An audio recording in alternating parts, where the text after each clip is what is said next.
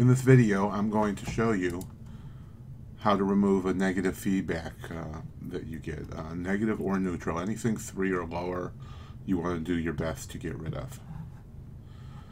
So what we do is, at the Seller Central home screen, you're going to go down to where it says Customer Feedback and click on the blue line here.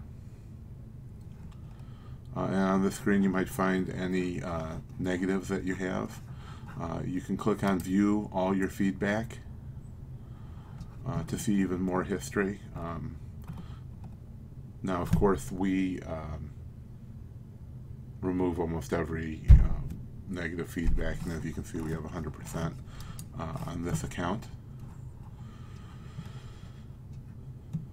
So I can use any of them as an example, but what we're going to do is, all you need is to know the order number. So you'll select your order number here, and right click and press copy,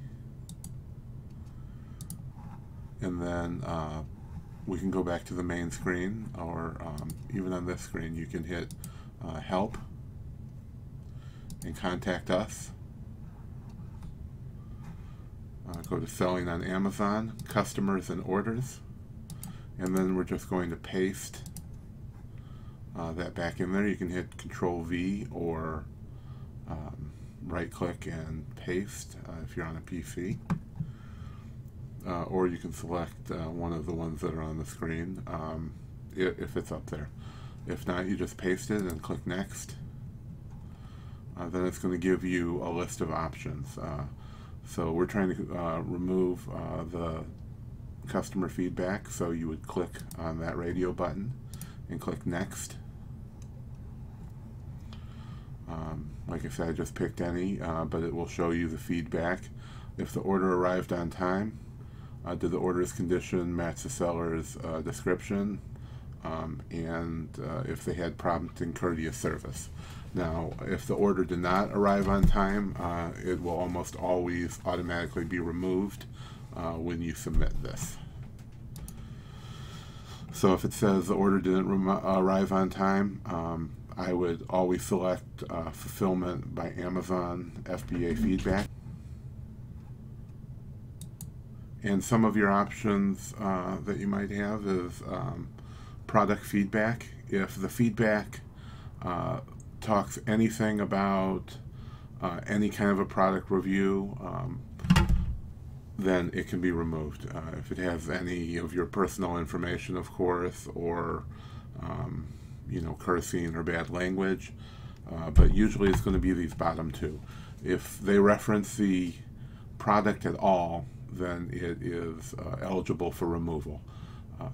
The feedback is based on the service between you and the customer, and not the actual product.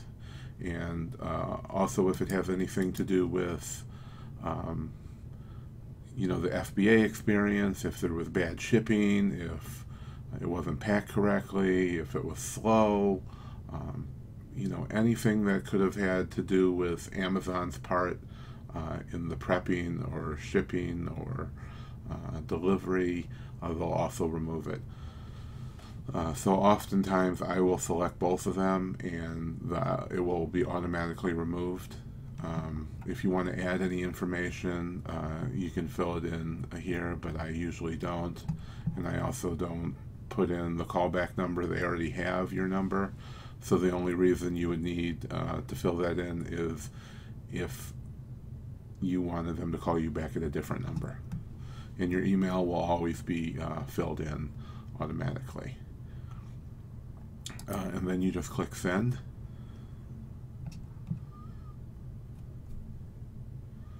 And oftentimes it will be automatically removed if it follows certain criteria. But if not, it just opened a case. Now, this was a good feedback, so I'll delete this case immediately. But they'll open a case, and you'll have 24 to 48 hours to. They usually give you a first response. Oftentimes, removing it. If they won't, you can just keep opening it until you get the desired results. If it wasn't you that was at fault. If you sent them the wrong item, or it's not in the right condition, then sometimes if you're at fault, then you can't get every feedback removed. But we have 100% feedback on both of our accounts, and it shouldn't be too hard for you to achieve the same.